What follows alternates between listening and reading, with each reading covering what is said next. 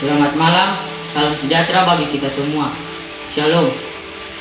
Yang saya hormati para dewan juri, yang saya hormati panitia pelaksana lomba, dan yang saya kasihi Bapak Ibu saudara-saudari yang sedang menonton video ini. Pertama-tama saya mengajak kita semua untuk menaikkan puji dan syukur kehadirat Tuhan Yang Maha Esa, karena atas berkat dan rahmat-Nya kita masih diperkenankan untuk beraktivitas di hari ini. Hadirin yang saya kasihi, pada timeline berita terpampang jelas, Indonesia darurat COVID-19, kasus positif mengalir deras, angka kematian menanjak tiap harinya, kehilangan dan kematian berteman akrab dengan rakyat. Belum mampu atasi varian pertama, kini muncul varian Delta Plus. Namun sayangnya masih banyak orang-orang yang menganggap remeh virus ini. Bahkan tak sedikit yang menganggapnya tidak ada. Masih banyak orang di luar sana yang tidak menaati protokol kesehatan dan berlagak seperti tidak ada yang terjadi. Kondisi rumah sakit yang penuh, petugas medis yang kewalahan, tabung oksigen yang langka, dan korban yang berjatuhan ternyata masih belum mampu untuk menggerakkan hati orang-orang untuk menaati protokol kesehatan. Pemerintah berkor-kor menyuarakan vaksinasi, namun rakyat enggan berpartisipasi. Sungguh memprihatinkan melihat kondisi Indonesia yang kian memburuk.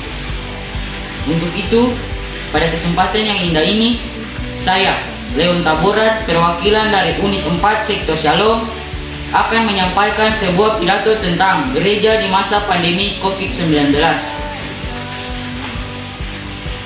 Hadirin yang saya kasihi, saat ini Indonesia bahkan dunia sedang mengalami tantangan yang cukup krusial. Tantangan yang tidak bisa terdeteksi dengan mata telanjang. Tantangan yang membuat banyak kedukaan dan kesedihan. Banyak orang yang harus kehilangan pekerjaan, bahkan kehilangan orang yang dikasihi. Hal ini dikarenakan adanya virus yang mewabah di dunia, yakni coronavirus disease atau yang lebih dikenal dengan COVID-19. Virus ini pertama kali ditemukan di kota Wuhan, Cina pada akhir Desember 2019 dengan tingkat penularan yang cukup tinggi dan cepat hanya melalui percikan cairan yang tidak terlihat. Virus ini dapat menyebar melalui satu orang ke orang lainnya dengan mudah. Hal tersebut membuat beberapa negara menerapkan kebijakan untuk melakukan lockdown dalam rangka mencegah penyebaran virus ini. Di Indonesia sendiri, opsi yang dipilih oleh Presiden dan jajarannya dalam rapat kabinet adalah pembatasan sosial berskala besar atau yang lebih dikenal dengan PSBB. Indonesia tidak memilih lockdown karena jika semua aktivitas diberhentikan, maka rakyat akan lebih kesulitan. Namun, dengan skema PSBB ini, aktivitas perekonomian tetap berjalan. Tetapi ada sejumlah pembatasan demi mencegah penyebaran COVID-19. Misalnya, penerapan bekerja, belajar, beribadah dari rumah, khususnya pada daerah-daerah zona merah. Jika ada masyarakat yang terpaksa harus keluar rumah, maka diingatkan untuk selalu disiplin memakai masker, membawa hand sanitizer, menjaga jarak satu sama lain. Dan selain itu, masyarakat juga diingatkan untuk selalu menjaga kebersihan diri sendiri maupun di lingkungan tempat tinggal mereka masing-masing.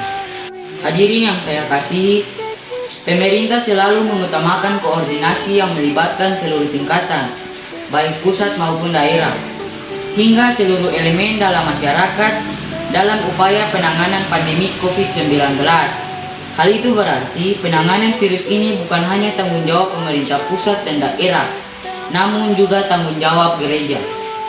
Sebagai lembaga kerohanian, gereja mempunyai peran besar dalam membantu mengedukasi jemaat akan pentingnya menaati aturan yang sedang berlaku. Gereja harus mengubah atau mendorong paradigma jemaat agar sadar tentang pentingnya menerapkan protokol kesehatan. Dalam hal ini mencuci tangan, menjaga jarak, memakai masker, dan menghindari kerumunan. Meskipun hal ini berbeda dari gaya hidup kita yang sebelumnya, namun lihatlah sisi positifnya. Kita bisa memberlakukan perilaku hidup yang bersih dan sehat.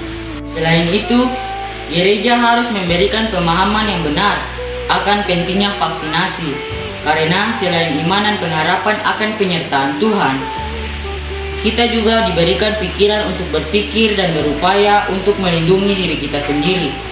Meskipun kita memiliki ketakutan-ketakutan tersendiri akan vaksin, namun dengan vaksinasi kita telah membantu upaya memutuskan mata rantai penularan virus COVID-19 dan memberikan perlindungan bagi kesehatan dan keselamatan kita serta memberi rasa aman kepada seluruh masyarakat. Hadirin yang saya kasihi, selain pentingnya edukasi gereja tentang protokol kesehatan, gereja juga harus memperhatikan pertumbuhan rohani jemaat. Gereja diharapkan mampu untuk terus melaksanakan tugas diakonia melalui pelayanan filantropi. Gereja pun ditantang untuk menjadi gereja yang cerdas dengan pergeseran dari konvensional ke digitalisasi. Saya berharap pemimpin gereja dan jemaatnya lebih terbuka secara teologis dan spiritual, sehingga bisa berkontribusi untuk mencegah COVID-19 dan tidak memperburuk situasi. Demikian pidato saya. Atas waktu dan perhatiannya saya ucapkan terima kasih. Tetap terapkan protokol kesehatan, cegah COVID-19. Bersama-sama kita putuskan rantai penyebarannya. Shalom.